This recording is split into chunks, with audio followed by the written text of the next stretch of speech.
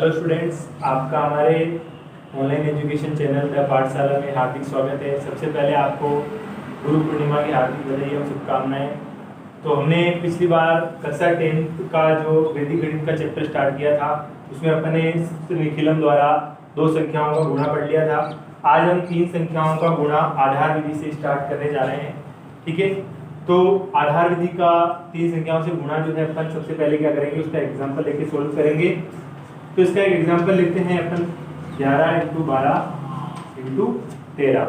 तो सबसे पहले आपको क्या किसकी जरूरत होगी कि आधार विधि है, तो सबसे पहले इसको एक आधार देना होगा। तो वो आधार अपन क्या मानेंगे, 10।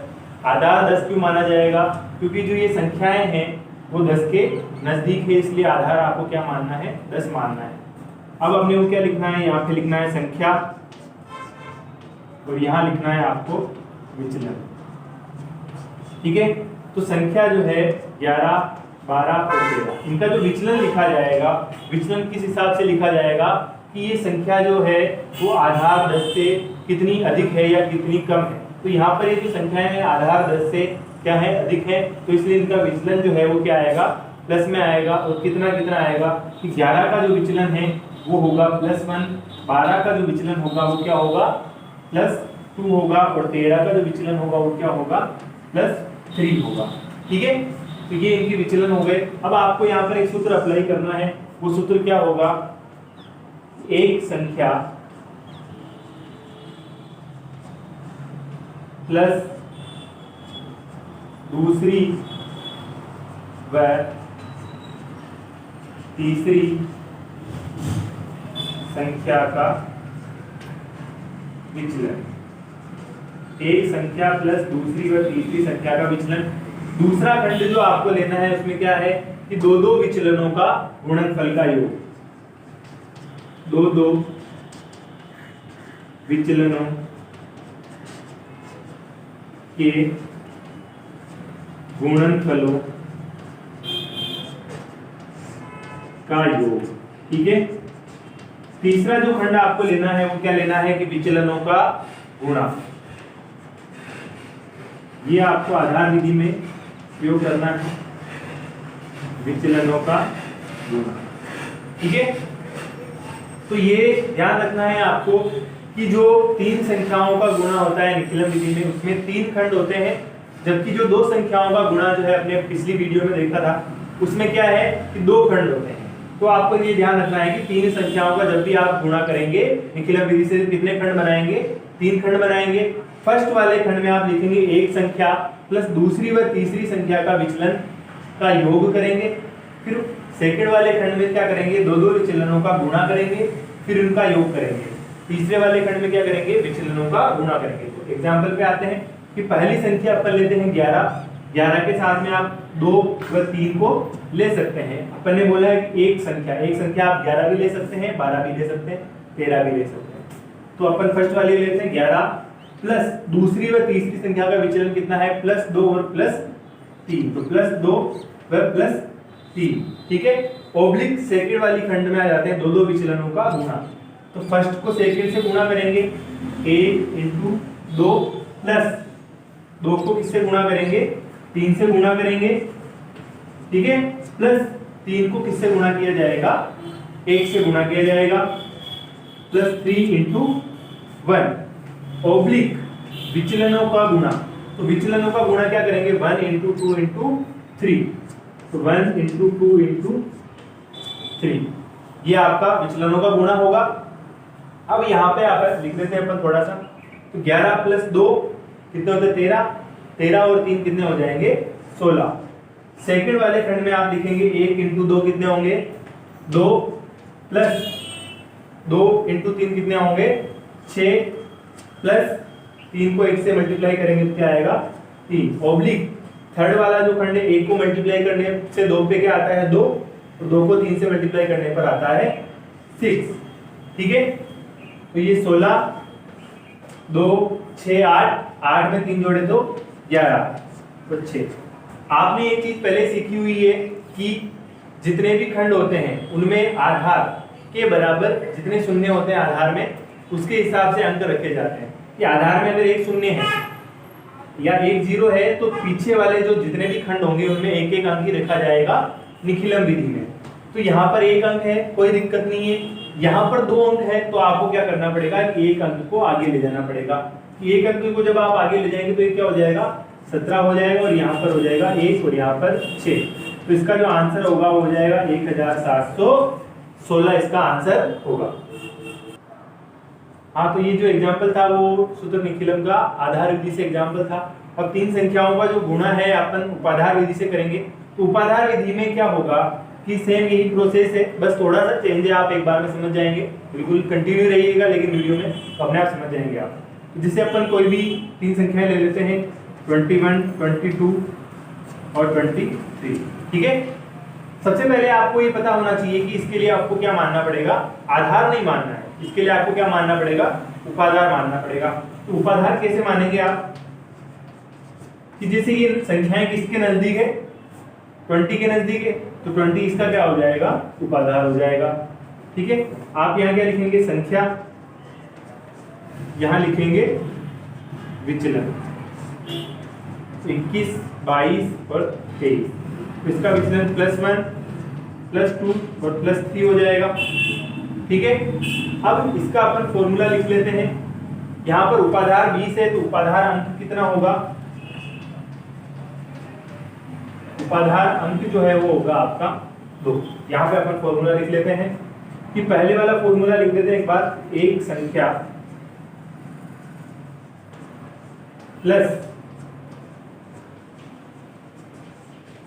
दूसरी व तीसरी संख्या का विचलन। एक संख्या प्लस दूसरी व तीसरी संख्या का क्या लिखेंगे विचलन लिखेंगे। ऑब्लिक सेकंड वाले खंड में 2 2 विचलनों का गुणनफल का योग, ठीक है। ऑब्लिक फिर क्या आएगा तीनों विचलनों का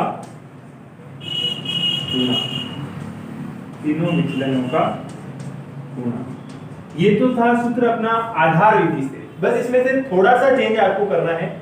वो क्या करना है कि इसको पूरी टर्म को किससे गुणा करना है, उपाधार जो अंक होगा उसके स्क्वायर से यहाँ गुणा करना है और सेकंड वाली टर्म को किससे गुणा करना है, उपाधार अंक से गुणा करना है। किससे गुणा करना है, उपाधार अंक से गुणा करना है। तो ये जो विधि होगी वो उपाधार विधि हो जाएगी आपकी। हाँ, तो यहाँ पर उपाधार अंक कितना था अपना 2, तो 2 का क्या हो जाएगा स्क्वायर, कोष्टक एक संख्या कोई भी ले लेंगे, 21 ले लेते हैं। किसी के मन में आ रहा होगा सर आपने 22 क्यों नहीं ली, 23 क्यों नहीं ली, तो 22 और 23 भी आप ले सकते हैं। अगर आप 22 लेते हैं तो विचलन आपको 1 और 3 लेना पड़ेगा, और अगर आप 23 लेते हैं तो विचलन आपको 1 और 2 लेना पड़ेगा, ठीक है, जोड़ने के लिए। तो सबसे पहले अपन 21 ले लेते हैं, 21 + 2 + 3, तो 2 + 3 1 सेकंड खंड जो है उपाधार अंक से गुणा होगा, 2 × कोष्टक 2 विचलनों का गुणा, तो 1 × 2 + 2 × 3, यही वाली चीज हो रही है, ठीक है। थर्ड में क्या होगा 3 × 1, 3 × 1 और ये कोष्टक 1 ऑब्लिक तीसरा जो खंड है वो सेम होगा पहले वाले जैसे 1 × 2 × 3, 1 × 2 × 3, ठीक है। यहां से आप देखें 2 का स्क्वायर क्या हो जाएगा 4, 21 + 2 कितने हो जाएंगे 23, 23 और 3 कितने हो गए 26, 2 × 1 को 2 से गुणा करने पर क्या आएगा 2, 2 को 3 से गुणा करने पर आएगा 6, 3 को 1 से गुणा करने पर क्या आएगा 3, ऑब्लिक 1 2 3 इनको गुणा करने पर आएगा आपके 6। 26 को 4 से मल्टीप्लाई करने पर क्या होता है 104, ठीक है। ऑब्लिक 2 × 2 6 8, 8 और 3 11, 11 को 2 से मल्टीप्लाई करेंगे तो क्या आएगा 22, ठीक है। और यहाँ पर है आपके 6, ठीक है। तो 2 6 8, 8 और 3 11, 11 को 2 से मल्टीप्लाई किया 22 और 26 को 4 से मल्टीप्लाई किया तो यहाँ पे आया 104, ठीक है। और 1 2 3 इन तीनों को मल्टीप्लाई किया आपस में तो क्या आया 6, ठीक है। तो यहाँ पर भी आपको एक एक अंक ही रखना है, तो इस 2 को आगे ले जाएंगे तो क्या हो जाएगा 106, 2 और 6, 106 और 26। तो इसका आंसर होगा ये वाला। हाँ, तो नेक्स्ट टॉपिक अपना स्टार्ट करने जा रहे हैं अपन वर्ग संक्रिया सूत्र निखिलम द्वारा। तो वर्ग संक्रिया जो है आपके बोर्ड पॉइंट ऑफ व्यू से बहुत ही ज्यादा इंपॉर्टेंट है।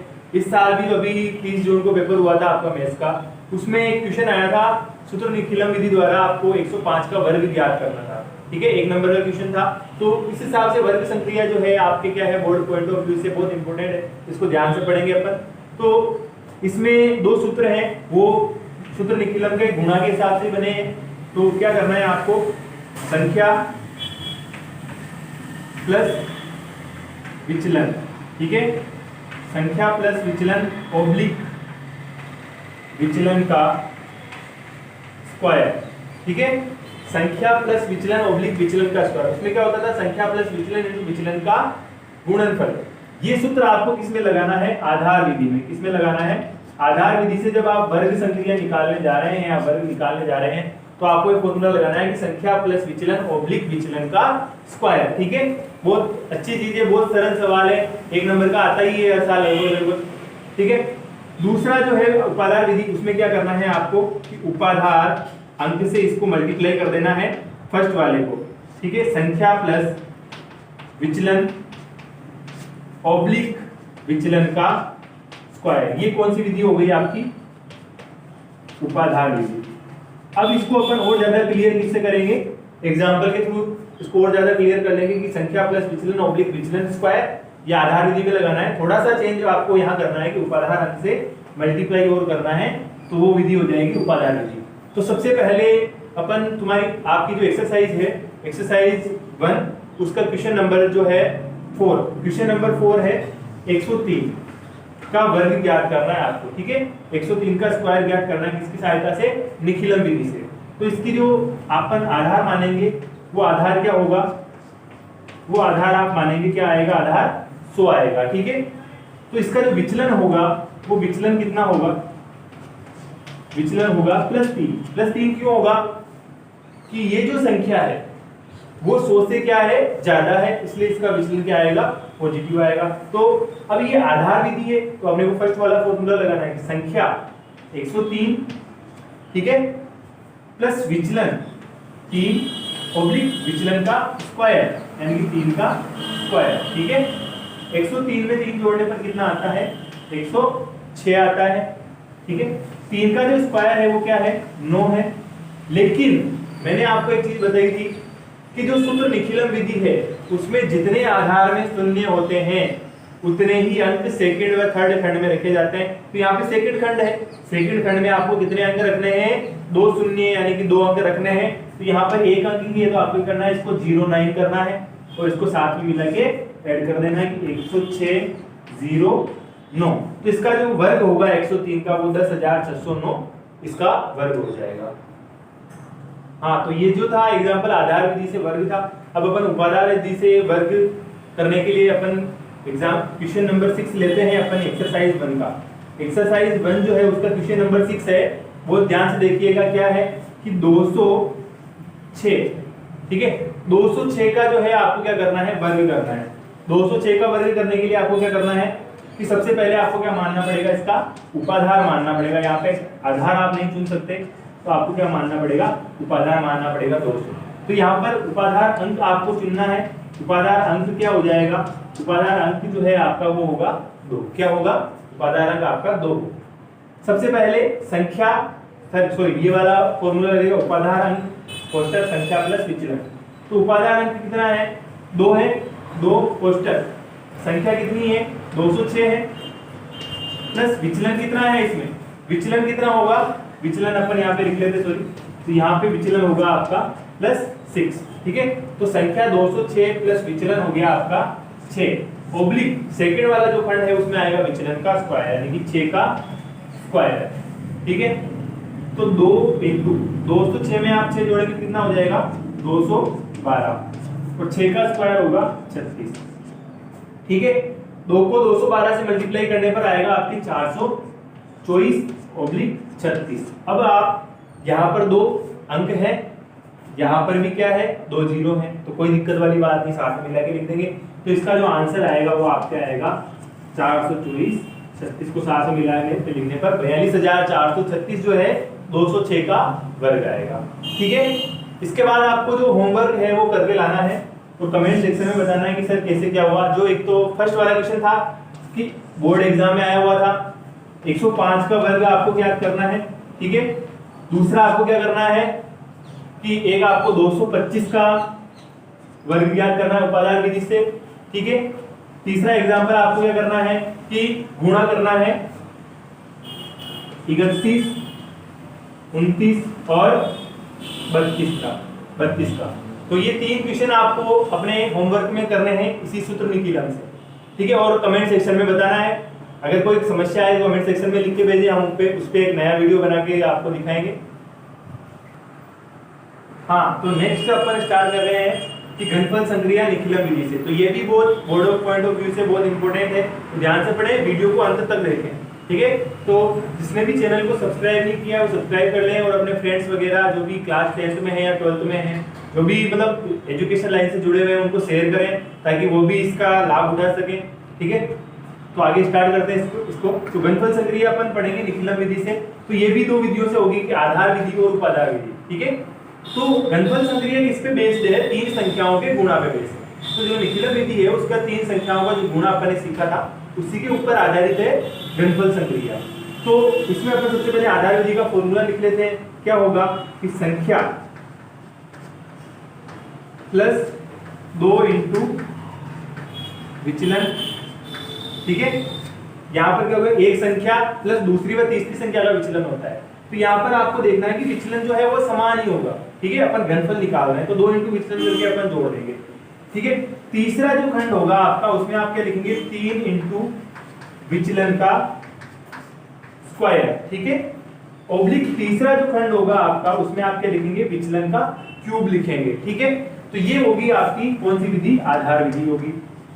ठीक है, ये होगी आपकी आधार विधि। बस इसमें थोड़ा सा चेंज करना है और उपादान विधि बन जाएगी। जैसे आप उसमें करते थे 3 संख्याओं के गुणा में क्या करते थे, यहाँ आपने किया था उपाधार अंक का स्क्वायर से गुणा किया था, तो ये हो गया संख्या प्लस 2 इंटू विचलन। ठीक है, ओब्लिक यहाँ पे क्या आएगा, उपाधार अंक से गुणा करते थे सेकंड वाले खंड को, 3 इंटू विचलन का स्क्वायर। ओब्लिक यहाँ पर कुछ चेंज नहीं करना है, आपको क्या करना है, विचलन का क्यूब ही रखना है। ठीक है, ये कौन सी विधि हो गई आपकी, उपाधार विधि हो गई। ठीक है, अब अपन इसका एक एग्जांपल लेंगे या क्वेश्चन भी बोल सकते हैं क्योंकि एक्सरसाइज 1 का क्वेश्चन है। क्वेश्चन नंबर 8 है, क्वेश्चन नंबर 8 है, 15 का क्यूब करना है आपको। क्या करना है, 15 का क्यूब करना है। हाँ, तो 15 का क्यूब करने के लिए आपको क्या करना है, सबसे पहले इसके लिए एक आधार मानना है। आधार क्या लेंगे अपन, आधार लेंगे 10। ठीक है, इसका जो विचलन होगा आपका, विचलन कितना होगा, 5 होगा। ठीक है, उपाधार कुछ नहीं होगा क्योंकि आधार मान लिया अपन ने, आधार में 1 0 है, ये चीज ध्यान रखनी है।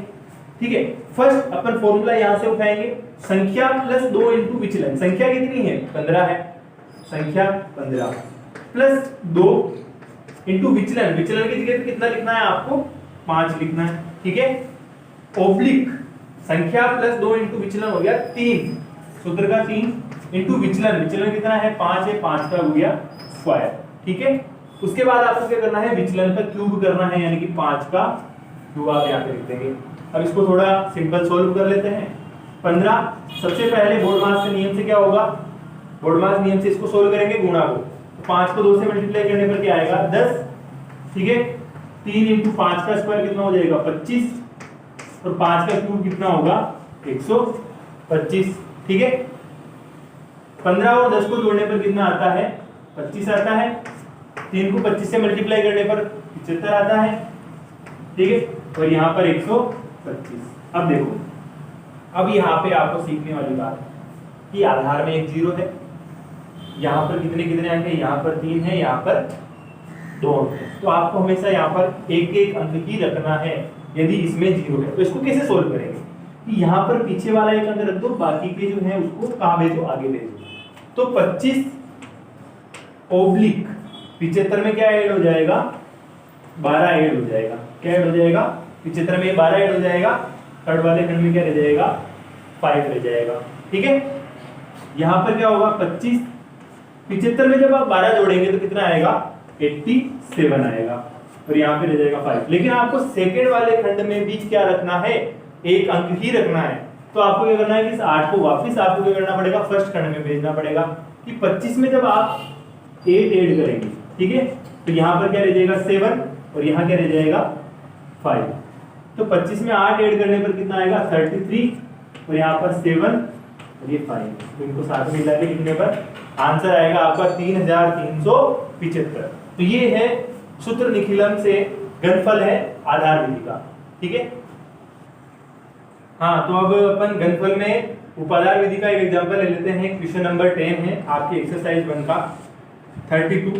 इसका आपको घनफल निकालना है या क्यूब करना है। घनफल का मतलब ये होता है क्यूब। ठीक है, तो 32 का आपको क्या करना है, क्यूब। इसके लिए आपको क्या करना है, आधार नहीं मानना है, इसके लिए आपको मानना है उपाधार। क्यों, क्योंकि ये जो संख्या है वो आधार के नजदीक ना होकर उपाधार के नजदीक है। तो यहाँ पे आप उपाधार क्या मानेंगे, उपाधार आप मानेंगे यहाँ पे 30। ठीक है, तो उपाधार अंक जो होगा आपका वो क्या होगा, उपाधार अंक होगा आपका 3। ठीक है, 30 जो है उसके आगे का जो अंक है वो उपाधार अंक होता है, वो है 3। ठीक है, अब यहाँ पे आपको इसका लिखना है विचलन। ठीक है, विचलन क्या होगा, विचलन है आपका 32 से, यानी कि 30 से जो 32 है वो कितना ज्यादा है, 2 ज्यादा है, और ज्यादा है इसका मतलब विचलन आएगा प्लस में। ठीक है, तो ये हो गया विचलन।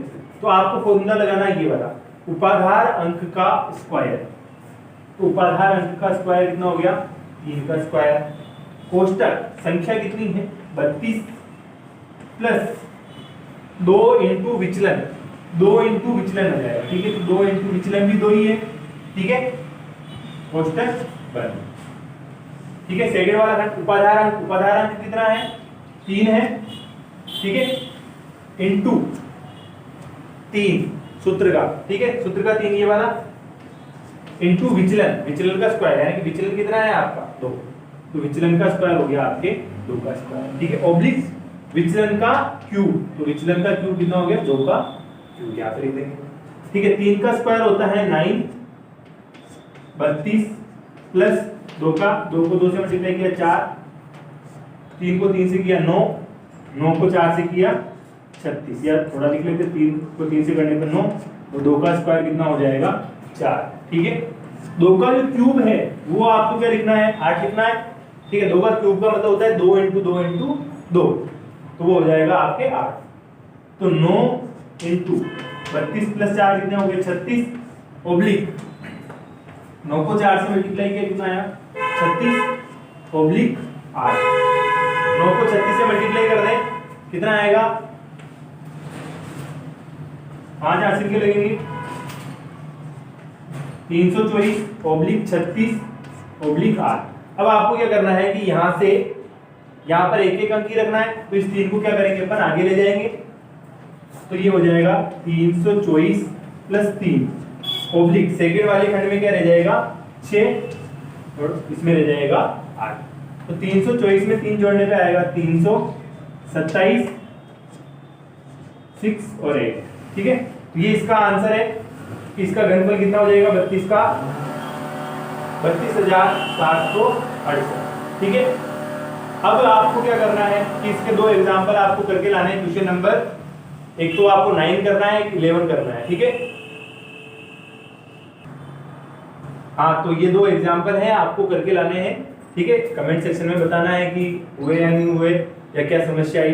क्वेश्चन नंबर 9 और 11 एक्सरसाइज बन के हैं। ठीक है, तो ये आपके 2 चीजें कंप्लीट हो चुकी है, एक तो घनफल और एक आपका वर्ग। ठीक है, ये दोनों चीजें बोर्ड पॉइंट ऑफ व्यू से बहुत ज्यादा इंपॉर्टेंट है। तो ये वीडियो ज्यादा से ज्यादा लोगों को दिखाएं ताकि उनका भी भला हो, और शेयर करें इसको ज्यादा से ज्यादा। आपके सब्सक्राइब से, लाइक से हमारे को प्रोत्साहन मिलता है, हम इसी प्रकार वीडियो बनाते रहें। तो आप अगर ये चाहते हैं तो हमें सब्सक्राइब करें, लाइक करें, शेयर करें, और आपके अपने फ्रेंड्स को भेजें। ठीक है।